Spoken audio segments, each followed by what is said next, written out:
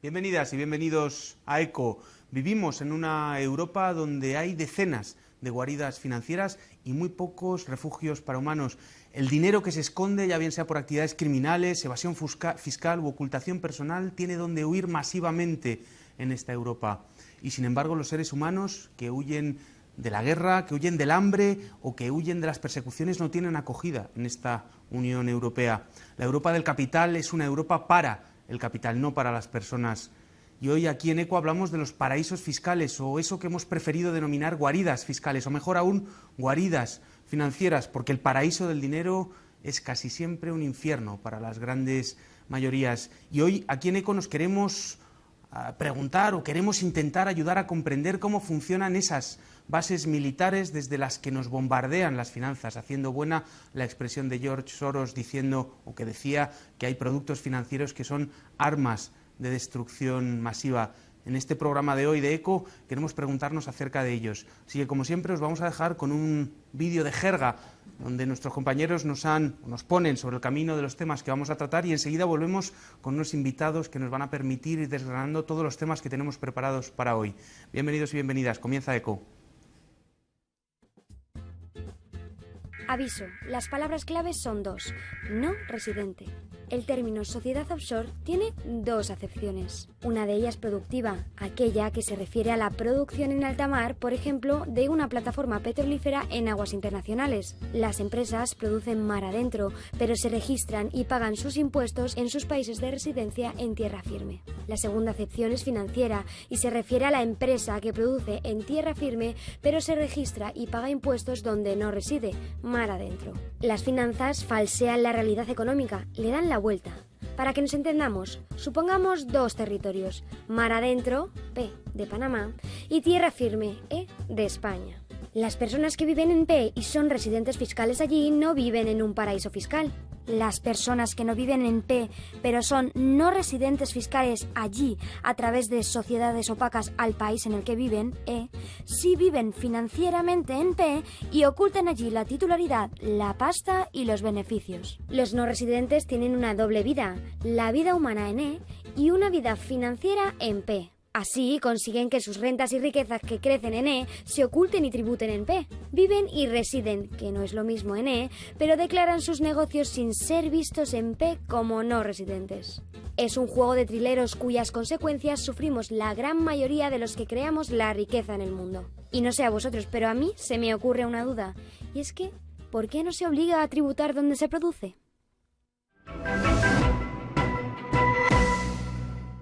Bueno, pues yo creo que la pregunta o la respuesta a esta pregunta la vamos a ir intentando responder con nuestros invitados, que pasamos inmediatamente a presentar. En primer lugar, tenemos hoy con nosotros a Liliana Pineda, abogada y participante del Tribunal Ciudadano de Justicia 15M. Bienvenida y muchísimas gracias por estar con nosotros, Liliana.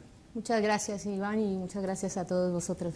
Muy bien, también tenemos con nosotros a Fernando Díaz Villanueva, periodista económico, ahora mismo trabajando en Radio 4G. Bienvenido y muchas gracias. Muy buenas. Muy buenas. También tenemos a Víctor Morena, que es inspector de Hacienda. Bienvenido y muchísimas gracias por estar con nosotros, Víctor. Hola, muchas gracias por invitarme. Pues si queréis, os voy a lanzar esa primera pregunta. Bueno, una primera pregunta. Os dejamos un primer minuto. Si queréis, lo hacemos en sentido inverso a la presentación. Empezamos contigo, Víctor, para introducirnos al tema de las guaridas fiscales o de los paraísos fiscales, como usualmente se los conoce. Víctor, un minuto de aproximación al tema. Bien, yo creo que es claro que la suficiencia del sistema tributario para financiar los servicios públicos y la garantía de su eficacia y equidad requiere reducir de forma significativa el fraude fiscal. El fraude fiscal está íntimamente, indisolublemente unido a la utilización de paraísos fiscales, porque de poco vale pues elevar los tramos de la base imponible del impuesto a la renta para aplicar tipos más elevados a las rentas más altas, si luego quien obtiene esas rentas las esconde en cuentas situadas en Suiza o en Andorra o en Belice.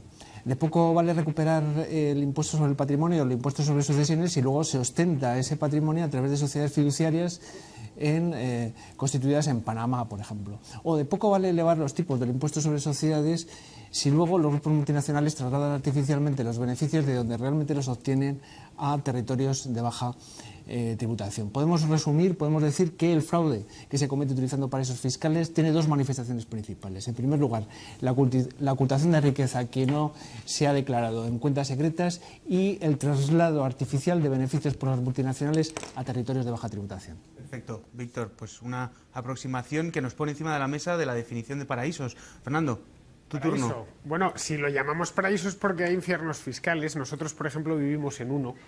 Vivimos en un país que es de los que tienen los impuestos no más altos de Europa, más altos del mundo entero.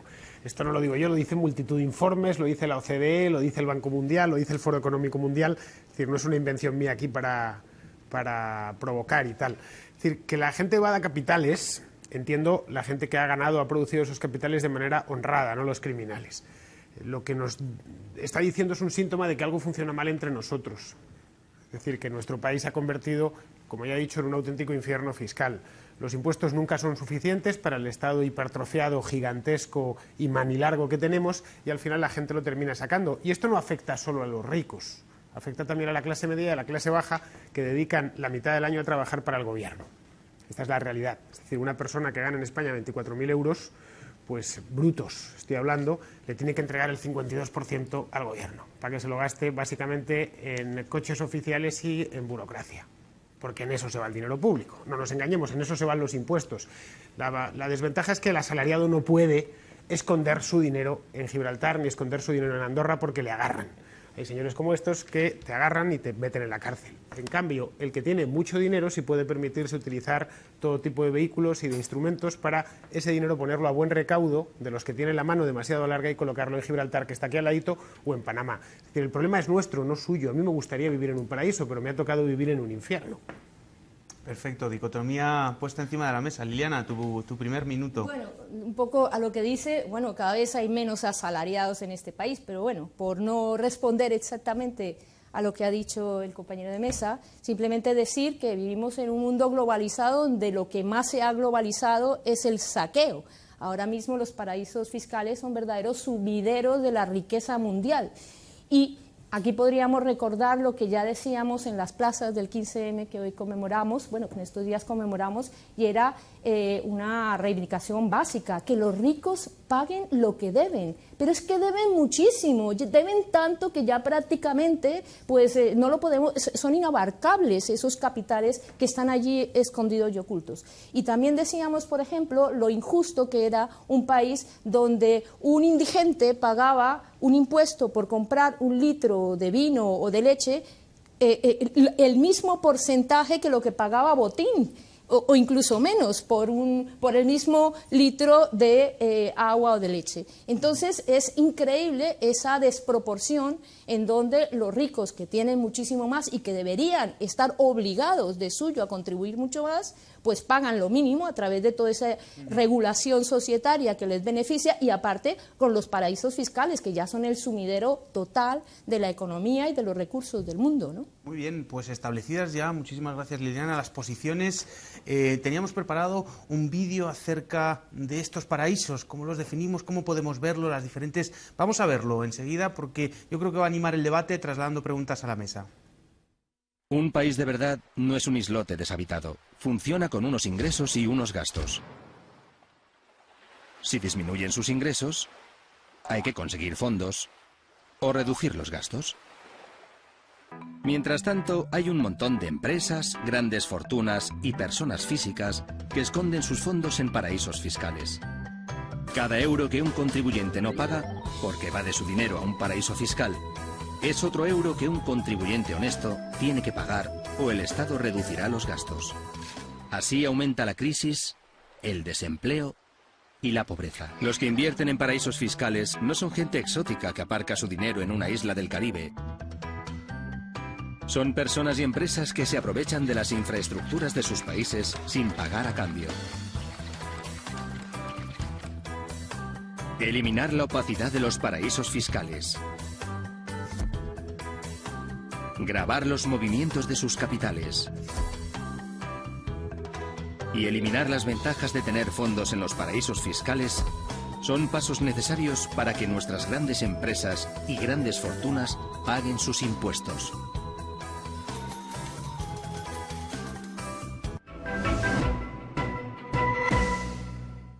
Fernando, nos hablaban de lo que tú nos comentabas, ingresos, gastos. Los ingresos los obtiene el Estado a través de los impuestos. Bueno, y de endeudarse. Y de Básicamente endeudarse. ahora de endeudarse. Es decir, Tal vez porque se ha reducido con esa todo- capacidad impositiva, con ¿no? todo lo que nos quita, además necesita todos los años pedir 50, 60, 70.000 millones por ahí a los inversores particulares, que luego además les amenaza de vez en cuando con no pagarles y con no devolvérselo. Es decir, el problema de los estados es que han crecido, han entrado en metástasis. Los estados occidentales, en concreto el español, de una manera alarmante. Ya todo lo que le eche siempre quiere más, es como un gargantúa. Y hay un momento en el que no puedes endeudarte todo lo que quisieses, por ellos lo harían sin ningún tipo de medida. Tampoco disponen de la herramienta monetaria, es decir, no pueden imprimir euros como Maduro imprime bolívares, porque el euro no lo emiten ellos, y lo único que les queda es apretarnos y estrujarnos y apretarnos las tuercas. De todas maneras, vuelvo al argumento del principio. Los paraísos fiscales sí tienen impuestos, lo que pasa es que tienen menos impuestos y más bajos. Si queremos acabar con los paraísos fiscales, armonicémoslo, pero armonicémoslo a la baja, no al alza. Aquí, cuando nos hablan de es que ¿por qué no pone Gibraltar los impuestos a la altura de España? ¿Pero por qué han hecho los gibraltareños? ¿De verdad que nos han hecho malo? Los gibraltareños pagan seguridad social, pagan un IRPF muy bajito, por cierto. Ahora no tienen IVA. A mí me encantaría vivir en un mundo sin IVA, ¿eh? Me encantaría vivir en un mundo en el que ahorro dinero y no viene uno y me lo quita. Las rentas, el impuesto sobre las rentas del capital en España es directamente confiscatorio. Le quitan a uno las ganas de ahorrar. El ahorro, no olvidemos que es trabajo acumulado. Bien, los gibraltareños pagan impuestos, los Liechtensteiner pagan impuestos, los bahameños pagan impuestos, pagan pocos. De verdad, yo creo que lo progresista, sinceramente, es pedir que los impuestos sean pocos y bajos. Los países Zapatero decía bajar impuestos es de izquierdas, Fernando. Yo ¿no? creo que debería ser, no sé si de izquierdas, pero sí al menos progresista y genuinamente humanista es pagar pocos impuestos. Lo otro es, me fascina veros siempre alineados con el sheriff de Nottingham, cuando deberíais alinearos con el pueblo, que es a fin de cuentas el que liquida todo este Pues gasto. al respecto me gustaría precisamente preguntarle a Víctor, ¿cuáles son las características de esas personas que van a esos paraísos? Es decir, de esas personas, de esas sociedades, ¿quiénes son aquellos que esconden sus fortunas financieras en esos paraísos? ¿Qué características, qué parte de la población, qué parte de las empresas? Tenemos un gráfico, creo que vamos a ir viendo acerca de eso, pero digamos, ¿qué beneficios reportan aparte de estos? Bueno, yo creo que podríamos plantearnos la contestación a esa pregunta en base a dos ideas. En primer lugar, que la recaudación del impuesto sobre la renta de las personas físicas, en este momento las 3/4 partes de esa recaudación recae sobre las rentas del trabajo de menos de 60.000 euros. Entonces, a partir de ahí ya podemos ver que los déficits de recaudación del impuesto sobre la renta pues probablemente recae sobre las rentas del capital fundamentalmente. Si luego pensamos que son las unidades de banca privada de los grandes bancos las que realmente están gestionando y canalizando riquezas que escapan al control fiscal, a los paraísos fiscales, y ser cliente de una unidad de banco privada pues requiere tener un patrimonio en general de no menos de 600.000 euros para poder acceder a ese tipo de servicios y que facilita las unidades de banca privada, pues nos podemos hacer una idea bastante clara del perfil de las personas que utilizan los paraísos fiscales para pagar menos impuestos. Liliana, prácticamente todas las empresas del IBEX 35, que no son precisamente empresas que estén necesitadas de financiación, tienen sedes en paraísos fiscales, ¿no? Sí, y por eso mismo a mí me resulta paradójico que un asalariado defienda los paraísos fiscales cuando es precisamente el que más contribuye a Hacienda. O sea, curiosamente, el grupo de asalariados son los que más contribuyen a Hacienda y las grandes empresas y las grandes fortunas las que menos, es más, las que roban, porque, entre otras cosas, es esa mala gestión de las empresas públicas y de todo lo público que precisamente en connivencia con todos esos que roban se llevan el dinero de las arcas públicas y lo colocan donde pueden. Yo he visto, o bueno, hemos tenido que participar en la denuncia R&R, por ejemplo, del canal de Isabel II y otras grandes empresas públicas que han utilizado los beneficios de esas grandes empresas para invertirlos en privatizaciones o allí donde precisamente no es el objeto de su labor. Entonces, ¿por qué? Pues porque son malos gestores y porque, entre otras cosas, actúan y trabajan en connivencia con esas grandes fortunas, precisamente para saquear lo público. Porque una manera de desprestigiar lo público es saqueándolo, es la mejor manera. Tú robas lo público y dices que no funciona. Esa es el 1A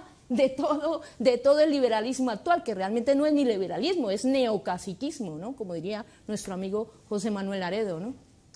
Fernando, una preguntita. ¿Qué relación guarda estos paraísos fiscales, si es que guarda alguna, con el incremento de la desigualdad en los países, por ejemplo, como en España? ¿Tiene alguna, nos estaban diciendo a lo mejor, esa merma de capacidad recaudatoria, ¿tiene algo que ver o en tu análisis cabe esta relación paraísos fiscales-desigualdad? A ver, desigualdad o aumento de la pobreza. Es que son dos cosas bien distintas. A mí la verdad es que los seres humanos seamos desiguales de renta no me preocupa, yo no soy envidioso, yo no tengo envidia a los ricos. Me alegro, de hecho, si alguien gana dinero mereciéndoselo, trabajando o porque ha sido muy listo y ha hecho una operación inteligente. No tengo envidia. A mí la envidia no me mueve. A los liberales generalmente la envidia no nos mueve. Nos mueve la admiración por la gente que se lo merece. Ahora, la pobreza sí me preocupa y me preocupa a mí como a todos los liberales. Lo que yo creo es que para acabar con la pobreza, o por lo menos disminuirla, subsidiarla no sirve absolutamente de nada. Es decir, la mejor manera de salir de la pobreza, y eso nos lo ha demostrado la historia económica del último siglo, es abrir los mercados y desregularlos. Es decir, los países que lo han hecho, un ejemplo clarísimo es Corea del Sur, Taiwán, la propia España, que a partir de su desregulación y de su apertura al mercado mundial en el 59 es cuando se incorporó al primer mundo, automáticamente disminuyen las tasas de pobreza. Los bajos impuestos también contribuyen a que los países sean menos pobres. Los países más ricos del mundo son no tan casualmente los que tienen los impuestos más bajos.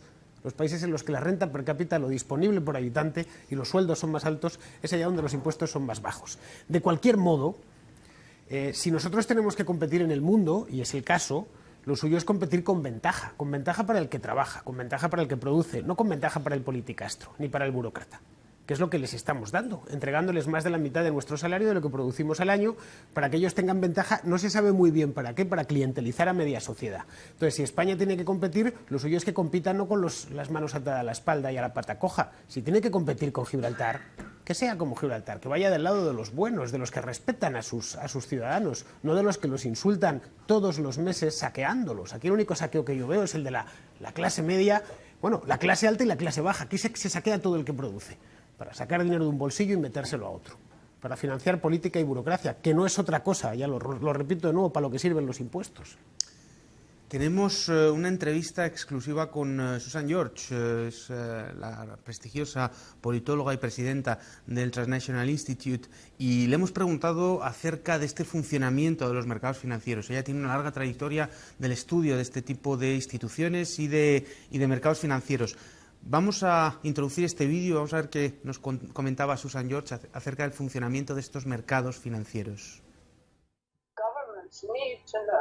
Los gobiernos tienen que saber quién no está pagando impuestos o qué empresa hace las veces de un individuo u otra empresa con sede en Europa que debería estar pagando impuestos.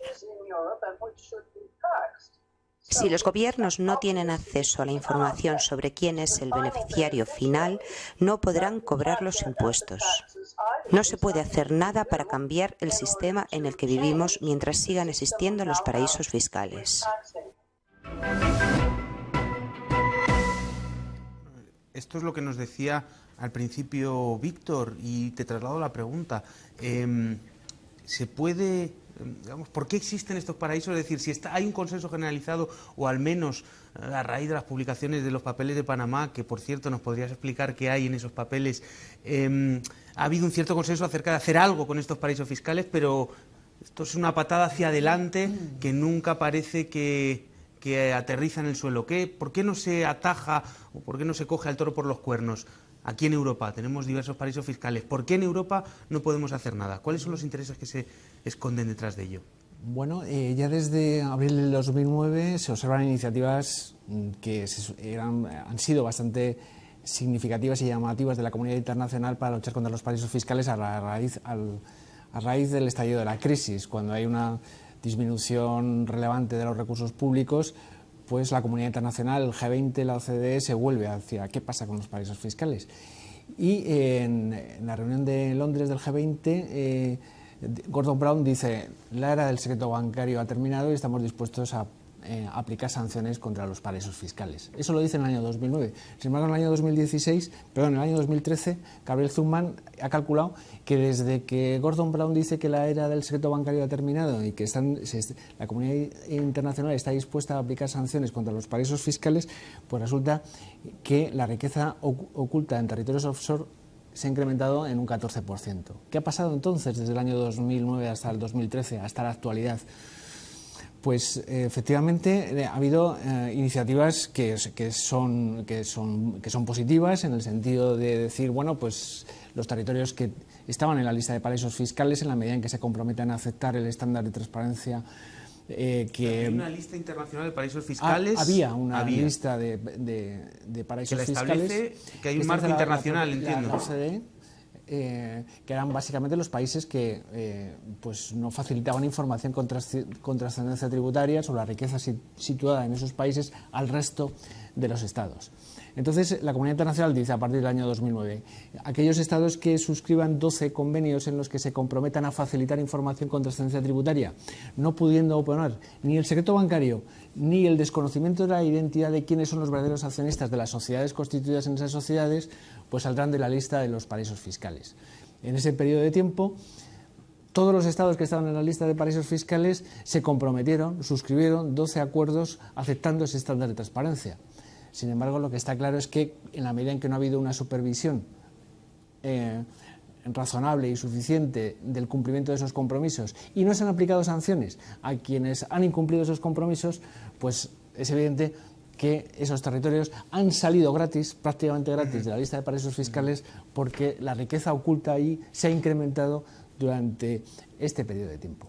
Liliana, estabas levantando los brazos, no sé si asintiendo o... Sí, bueno, es que curiosamente con esto de la terminología se intentan suavizar pues la importancia y la garra que tienen las cosas, pues ya no se habla de paraísos fiscales, sino justamente a partir de ese cambio del 2009 se hablaba de jurisdicción de no cooperantes, ¿no? Una cosa que intenta como ocultar que son realmente paraísos fiscales. De la misma manera que ya no se habla de imputados, sino de investigados, para que no se pueda decir que fulano está imputado. No, es que están investigados. Y entonces así se baja un poco el nivel.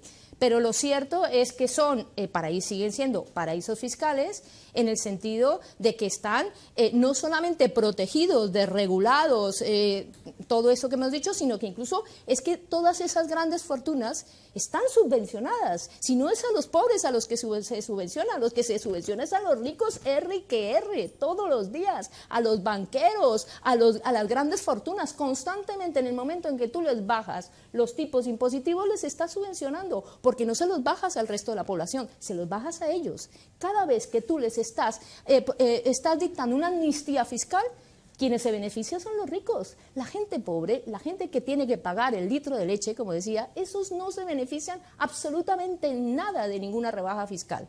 Los asalariados menos, los asalariados cada vez pagan más y curiosamente están alineados con estos que cada vez pagan menos. Es que es increíble, es paradójico, es como una especie de irracional comportamiento de los más débiles, ¿no? Fernando, te estás riendo. No, están alineados. Bueno, yo es que creo que es los que producimos y el Estado que se lo come. Ya está, y no hay más. Es decir, es nosotros frente a la burocracia. Punto.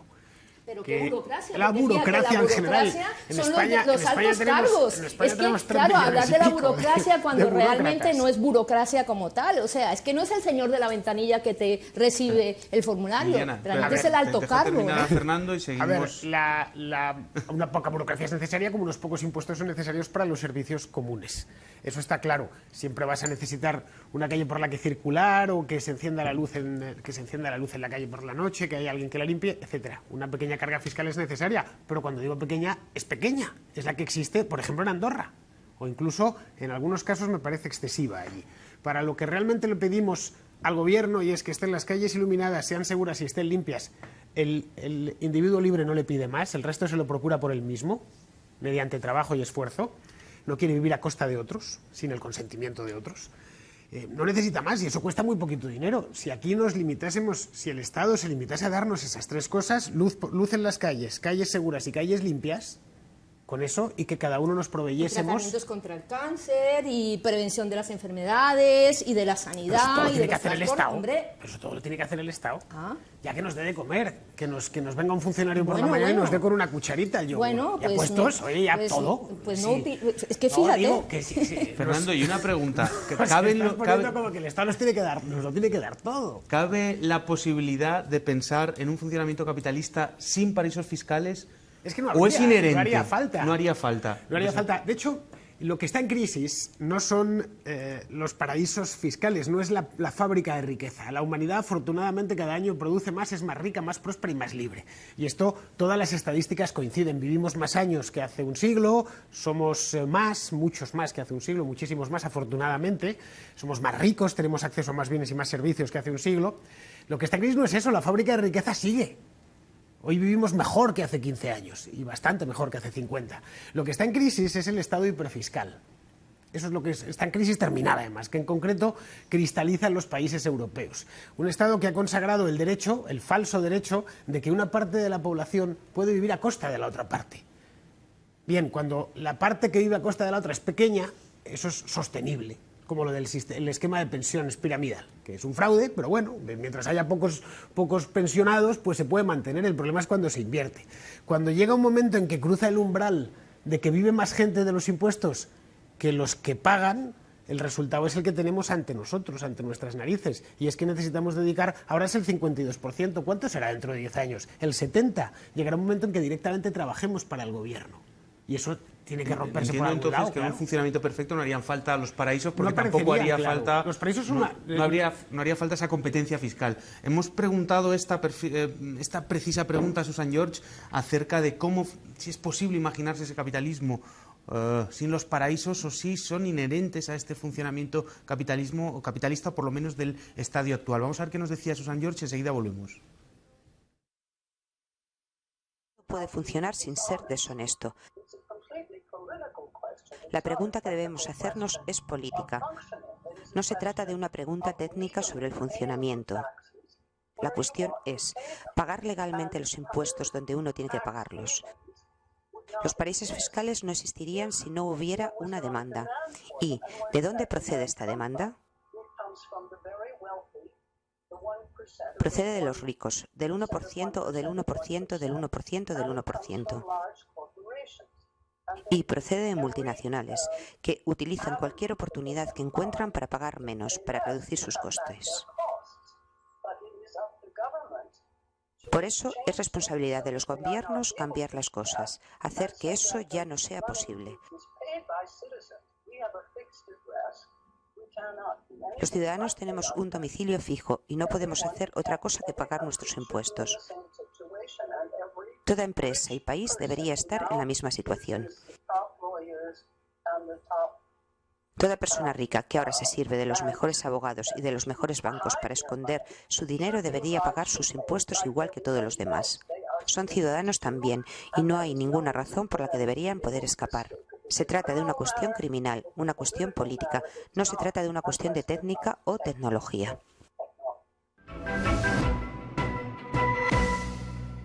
Bueno, pues yo quería trasladar a la mesa, hemos hablado de los paraísos fiscales y de la culpabilidad que tienen estos, personas que van allí a ocultar su fortuna. Me gustaría saber, Víctor, acerca de esos otros actores de los que no estamos hablando y que ha nombrado Susan George. Si nos puedes comentar algo acerca de esos abogados, de esos bufetes, de esas personas que facilitan y que al fin y al cabo yo no sé si podrían considerarse como, si es realmente un delito, como colaboradores de facilitación o algo por el estilo.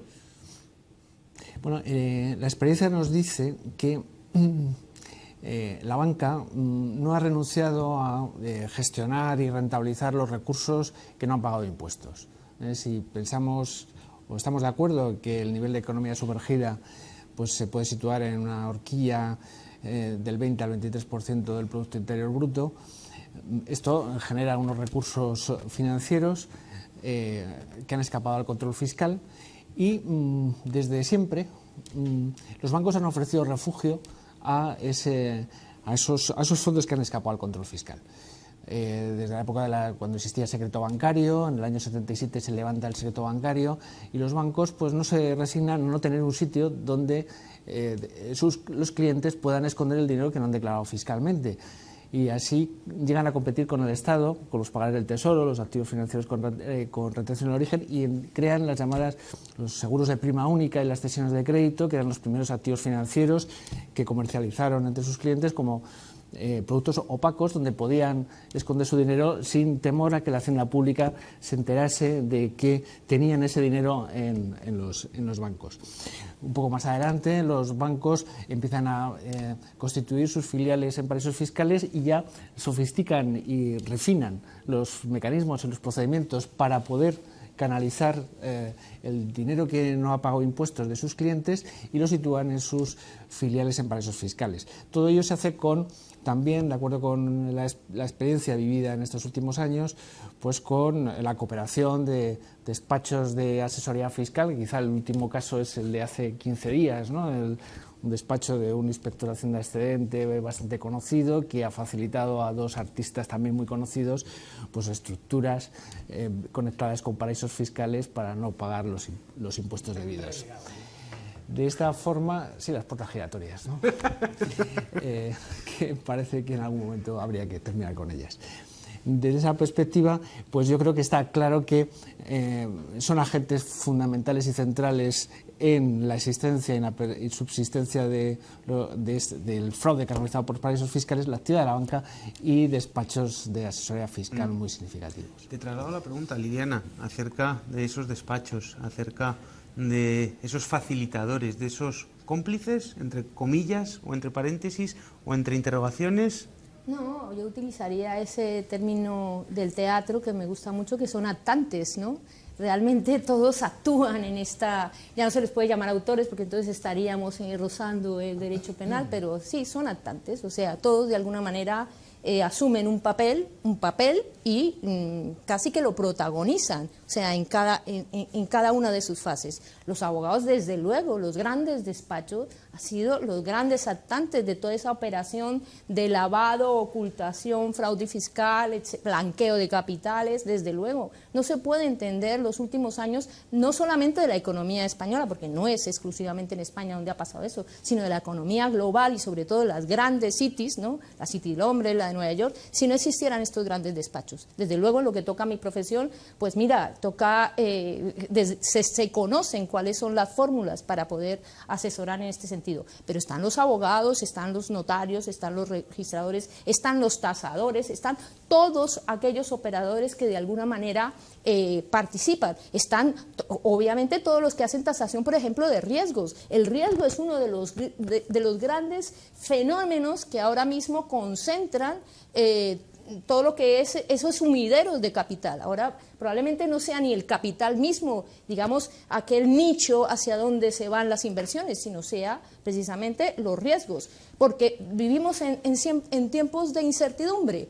Todos vivimos en tiempos de incertidumbre. No es que estemos mejor o peor, es que cada vez es mayor la incertidumbre en la que vivimos globalmente. Y obviamente los que controlan los capitales y los riesgos del capital, lo controlan todo. Y ahí están los bancos, los banqueros, sobre todo los gestores. Porque hay una cosa que hay que decir, por ejemplo, en la querella que interpuso el Tribunal Ciudadano de Justicia, es que los banqueros robaron a los bancos. Los bancos fueron los estafados. O sea, los cientos de miles de accionistas que compraron sus pequeñas acciones a los bancos, las personas que depositaron sus dineros en ellos fueron estafados por una pequeña minoría. Es que cuando hablamos de quién vive de quién, la pequeña minoría de gestores, de altos cargos, de políticos, desde luego corruptos, y todos estos intermediarios y operadores profesionales, los que han estafado a la gente, al 99% de la población.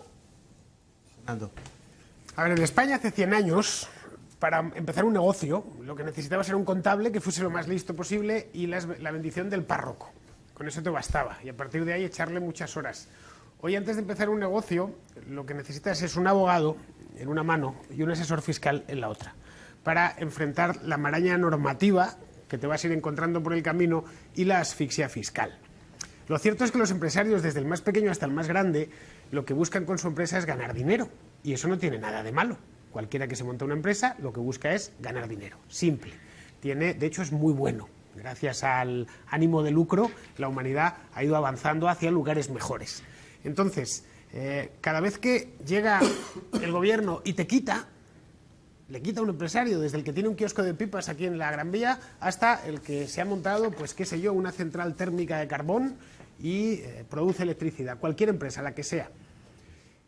Cada euro, cada céntimo que se lleva al gobierno es un céntimo, un euro que detraes de los beneficios del empresario, que normalmente empleará en contratar nuevos empleados, emprender nuevos proyectos de negocio, en ampliar la empresa o expandirla. Eso es lo que suelen hacer los empresarios. No se lo llevan a Panamá ni se lo gastan en señoritas de moral distraída ni nada por el estilo, a pesar de la mala fama que se les carga. El mundo que nos rodea es un mundo que han inventado durante siglos los empresarios, gente que se echó para adelante.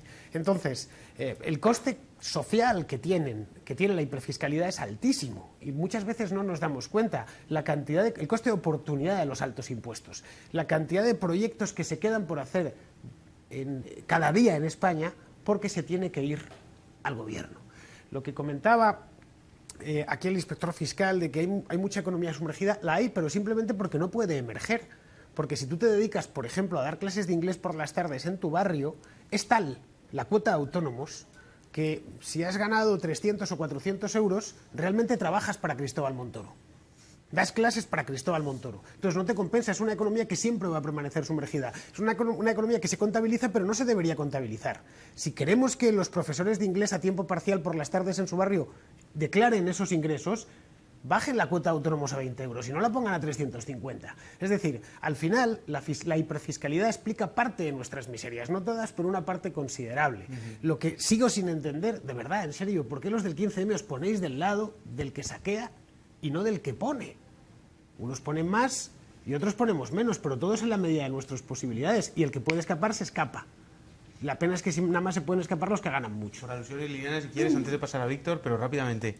No, pero es que esta idea de meter a todos en el mismo saco, a todos los empresarios en el mismo saco y a todos los asalariados en el mismo saco, es que vamos a ver, están los altos cargos que ganan super capitales y están los grandes empresarios y las grandes entidades financieras. O sea, yo no tengo nada contra ese empresario, yo soy autónoma. ¿Cómo voy a ir contra mí misma o contra un asalariado? Pues de ninguna manera. Ahora, yo lo que quiero perseguir, y es lo que hacemos desde las asambleas del 15M, o hemos hecho durante 5 años, es justamente señalar a aquellos altos cargos, a aquellos políticos responsables y gestores de la corrupción que ha habido en los últimos años, que han permitido que los banqueros y las grandes corporaciones financieras se llevasen el dinero, pero no el pequeño empresario, hombre, no el de la tienda, pero por supuesto, por favor, no vamos a meter a todo y a simplificar de esta manera. Una cosa son las grandes corporaciones y otra cosa el tendero.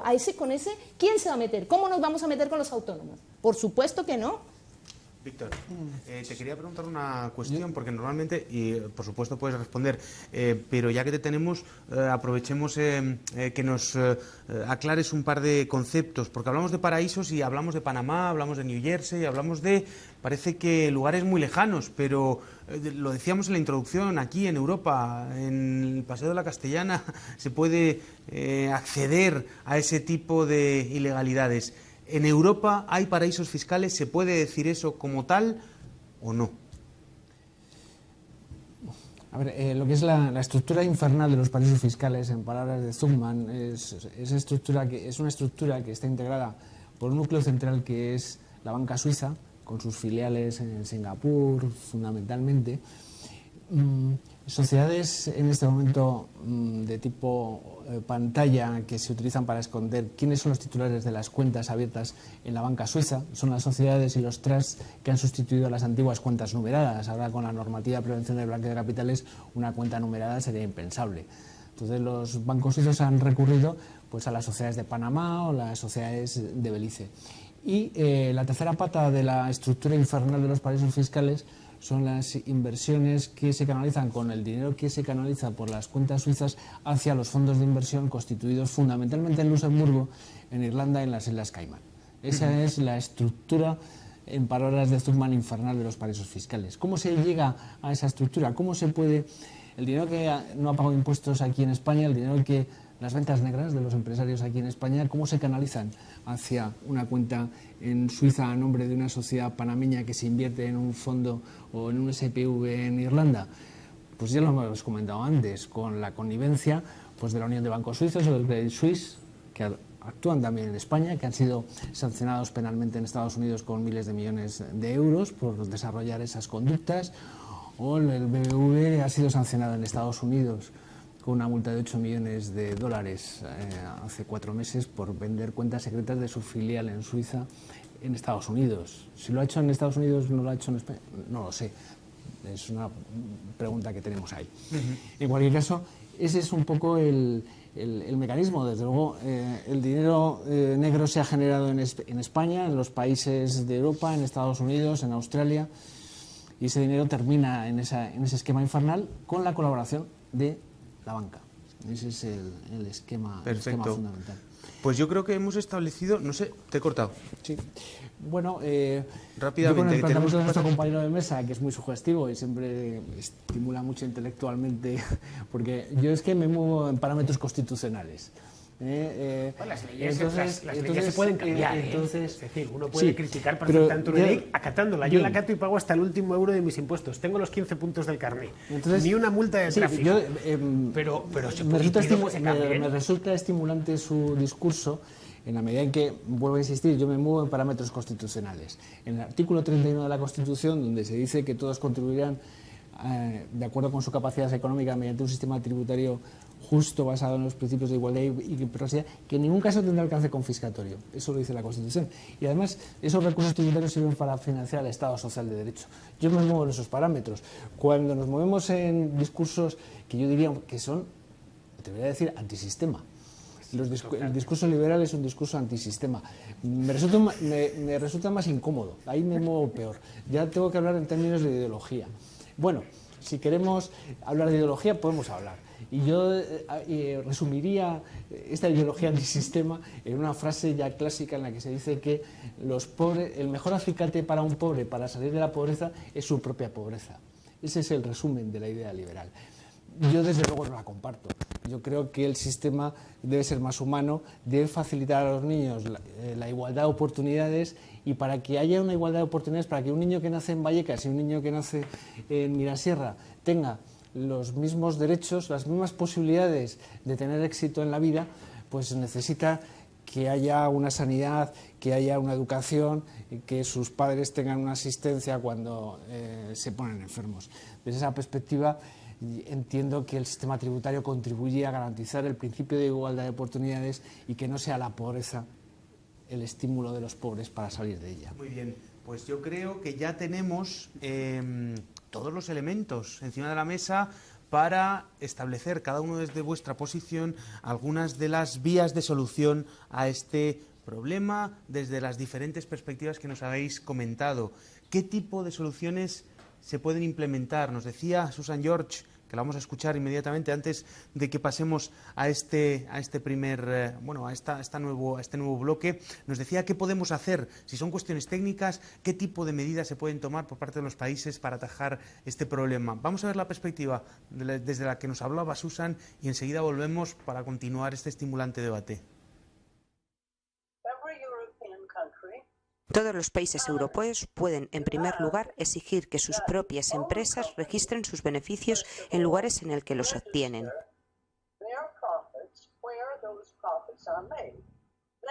Por ejemplo, si vemos que los beneficios de una empresa se obtuvieron en las Islas Caimán, pero los ingresos declarados están muy por encima de las capacidades de las Islas Caimán, nos damos cuenta enseguida de esta discrepancia y de que se han utilizado las Islas Caimán como paraíso fiscal.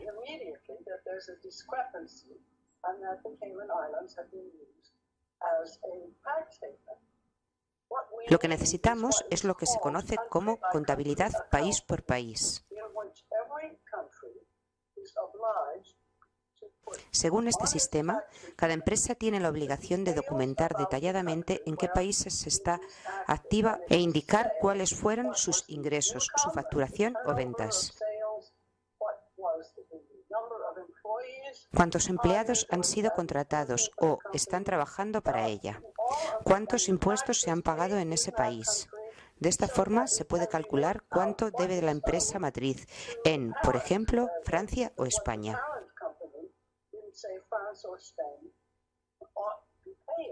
A menos que consigamos hacer realidad la contabilidad país por país, cosa que podemos exigir, un país podría decir, por ejemplo, me abstengo de hacer negocios con aquellos que se nieguen a realizar una contabilidad país por país. Sería un gesto radical, pero necesario, que considero que Europa debería estar apoyando.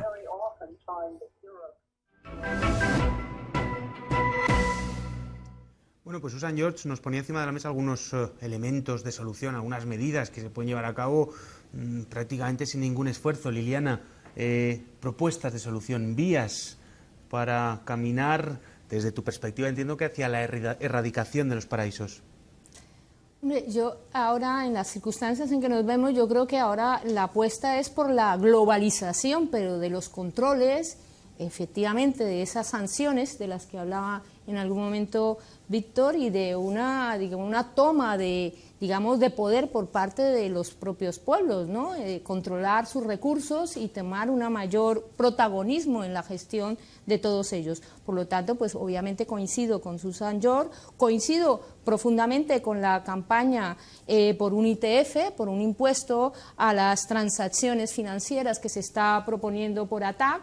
Me parece fundamental. Está aprobado en la Unión Europea, entre 11 países ya está aprobado. Pero eso hay que ponerlo en práctica, o sea, todo lo que se aprueba. Eso pasa como con las resoluciones de la ONU cuando condenan a Israel o no sé qué. Claro, ¿de qué nos sirven 20 o 30 resoluciones condenando si luego no hay el poder sancionador para hacerlas cumplir? Entonces, lo que hay es que conseguir que efectivamente los gobiernos, digamos, retomen el poder de sus representados, ¿no?, para ejercer ese poder de hacer cumplir pues todas esas resoluciones, acuerdos, etcétera. Y en vez de tratados para tratar de exonerar y vaciar aún más las arcas públicas en favor de todas esas corporaciones, como el TTIP, el CETA y todo lo demás, pues hiciéramos verdaderamente tratados que consolidaran un poder globalizado, pero de la gente, con capacidad precisamente para sancionar y para participar y controlar en la gestión de esos recursos públicos y de esa imposición de normas fiscales que sean lo más justas y lo que garanticen precisamente esa igualdad. Yo creo que estás confundiendo a la gente con los políticos. No es lo mismo, exactamente. Es decir, los políticos son una cosa, tienen sus intereses y sus incentivos, entre ellos que mantener al Moloch estatal lo más grande posible y lo mejor financiado posible, y la gente va por otro lado, especialmente la gente que vive de su trabajo, que no vive a costa del trabajo de los demás, porque ahí es donde está la línea divisoria, y lo vuelvo a insistir, los impuestos son necesarios en tanto en cuanto nuestro Estado gasta demasiado, si no, no harían falta impuestos tan altos. Es decir, si el Estado español, en lugar de pulirse discrecionalmente la mitad de la riqueza nacional, que es que ya que se dice pronto, es que ni la antigua Roma, es que ni Diocleciano gastaba tanto. Ni los tiranos de la antigüedad saqueaban y exprimían tanto a sus súbditos. Si no gastase tanto, si el Estado gastase el 10% del PIB, los impuestos no serían tan graves, tan altos, no serían tan opresivos y nadie se valdría de instrumentos raros a través de los bancos para llevarse el dinero a otro lado, se quedaría aquí. Es decir, el problema está, caray, en lugar de señalar a la luna, os habéis quedado mirando el dedo. Es decir, el problema principal que tiene nuestro país, como el que tiene Francia, como el que tienen todos los países hiperfiscales de Europa, es que los estados han crecido mucho y al final no hay para todos. Y pensáis que dándole la vuelta a la gente y sacudiéndola para que le caigan las últimas monedas, pues ya con eso habrá para un poco más. Pero si da igual, si los impuestos los subiésemos, la recaudación subiese un 10%, el Estado se la gastaría y pediría un poquito más. La historia de la fiscalidad en España es la historia de cómo cada vez se recauda más y se gasta más, se recauda más y se gasta más. Es un tragaldabas. Y si no lo hemos entendido hasta ahora, es que no vamos a entender nada. ¿A qué esperáis? ¿A que nos tengan ya trabajando como los antiguos esclavos del faraón? ¿Que nos lleve a trabajar para ellos? ¿De verdad queréis eso? No, pregunto. ¿Queréis que seamos literalmente esclavos del gobierno?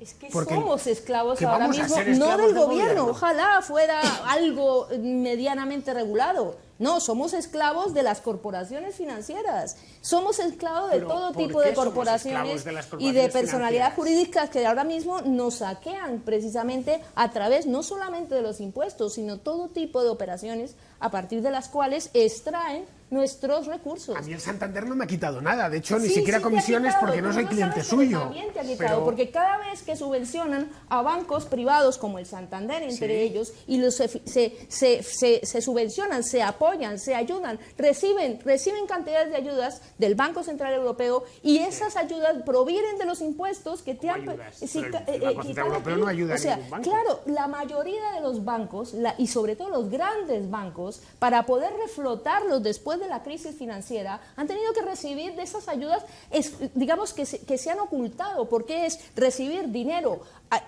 digamos, con valor cero de interés para poder colocarlo Diana, luego con altos intereses. Son ayudas públicas. Os corto el interesante debate solo para Víctor estaba pidiendo la palabra y además tenemos que dar paso a un vídeo, así que Víctor, te cedo la palabra. Estabas negando en ocasiones y asintiendo en otras, no sé con cuál vas a empezar. De forma muy rápida, yo simplemente diría, de cara de nuevo a este debate, estimulante debate sobre el nivel de gasto y el nivel de ingreso, que el nivel de gasto público en España está por debajo de la media de la Unión Europea. El nivel de ingreso también, la presión fiscal es inferior a la media de la Unión Europea.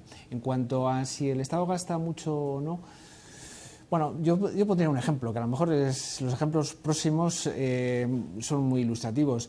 Mi madre se ha roto la cadera hace 3 meses, la han atendido en la Fundación Jiménez Díaz y he tenido la oportunidad de ver cómo funciona el servicio de urgencias de la Fundación Jiménez Díaz.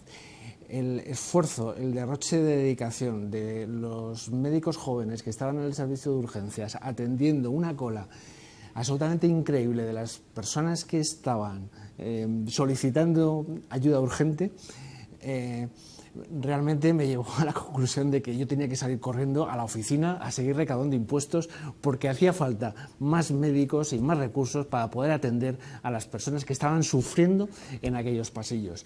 Y el esfuerzo de aquellos médicos era un esfuerzo realmente de auténticos héroes. Desde esa perspectiva, yo creo que es muy útil el trabajo que estamos desarrollando para conseguir que las multinacionales paguen impuestos donde tienen que pagarlos, para que Apple, cuando está aquí, pague lo que tiene que pagar y no lo pague en Irlanda, porque lo tiene que pagar en función de las ventas, lo tiene que pagar en función de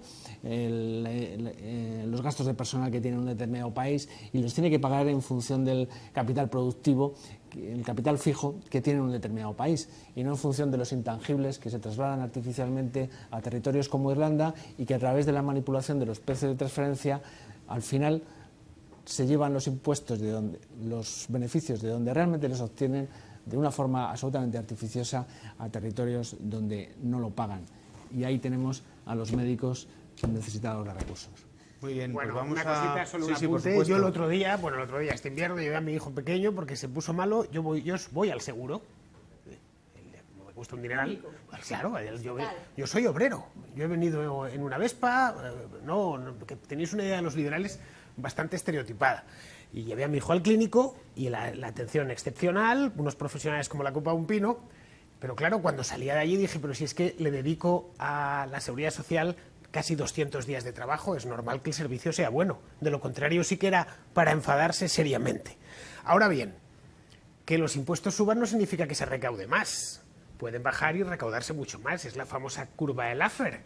Eso es así. Es decir, en España lo observamos a principios de la década pasada, cómo se bajaban los impuestos y se recaudaba más dinero.